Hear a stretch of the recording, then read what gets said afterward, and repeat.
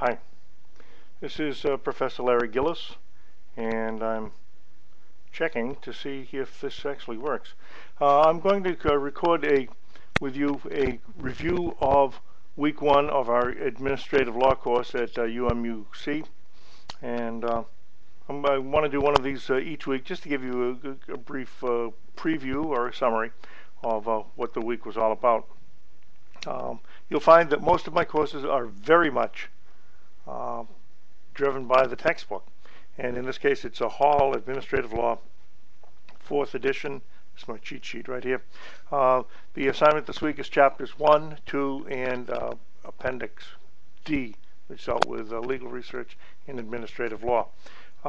Chapter 1 is, unsurprisingly, an introduction.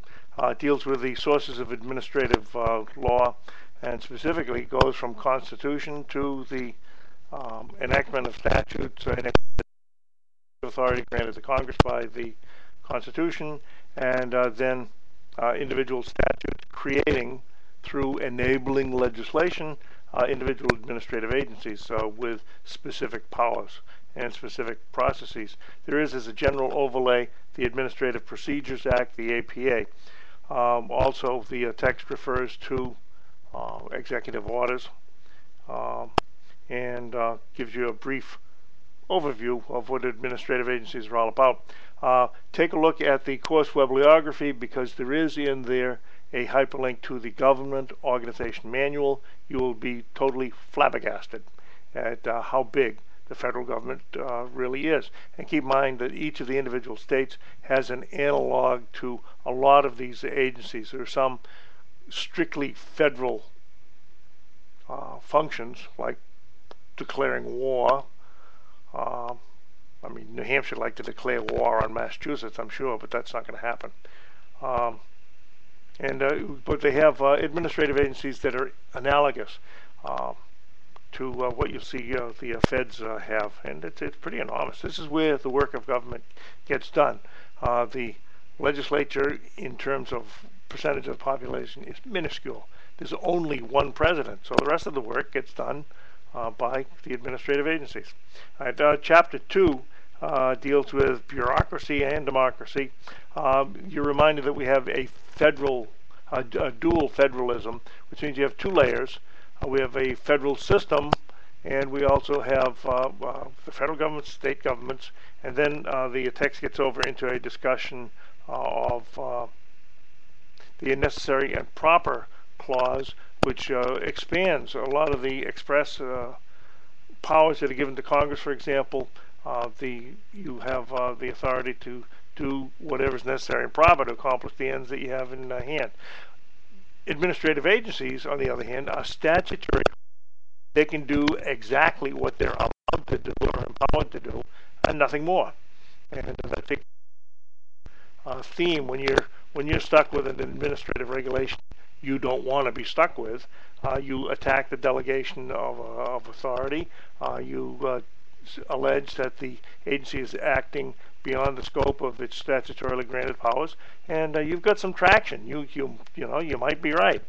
So there's also a discussion of separation of powers, which is the horizontal division into legislative, executive, and judicial branches. You'll find that the whole system of government that we have at the state and federal government, level, are characterized by a distrust of centralized authority. We're scared stiff of King George coming back. The Appendix D deals, as I mentioned, with legal research and specifically with reference to administrative law. It's very brief, it's brutally short, doesn't tell you a heck of a lot. Go over into the course bibliography and you'll see reference to a very nice tutorial that is available to you. UMUC, the University of Maryland, has come up with a lot of useful material, but Georgetown has really done a superb job. Thank you, Georgetown. So take a look at that. That's where you're going to learn about legal research. This is not a legal research course, but it's really nice to be able to find this stuff, because if you can't find the stuff, the judge or the administrators are going to know what you're talking about. But also this week we had the conferences, there were self-introductions. That was good. I gave you my website. I told you all about myself. And then you also told the rest of us about you, subject to your legitimate interest in privacy. We also had some conference questions. There was no tell us what you think of an administrative agency is. And that wasn't too hard.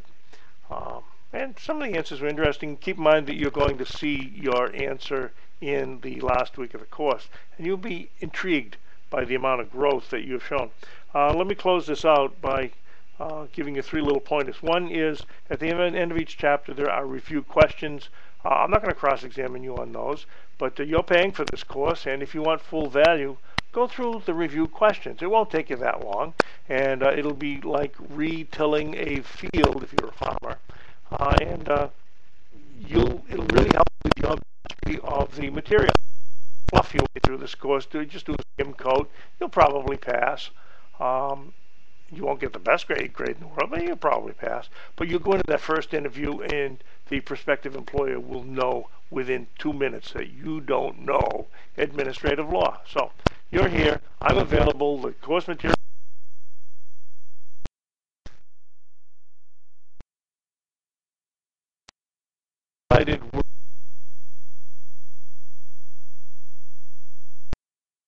You can learn everything you need to know. See those bolded words, pay attention. Cross-examine yourself. And lastly, whenever we refer to court cases, you're not extensively, but it gets you to restate and understand a lot. So, at any rate, so do I. 6 minutes and 57 seconds.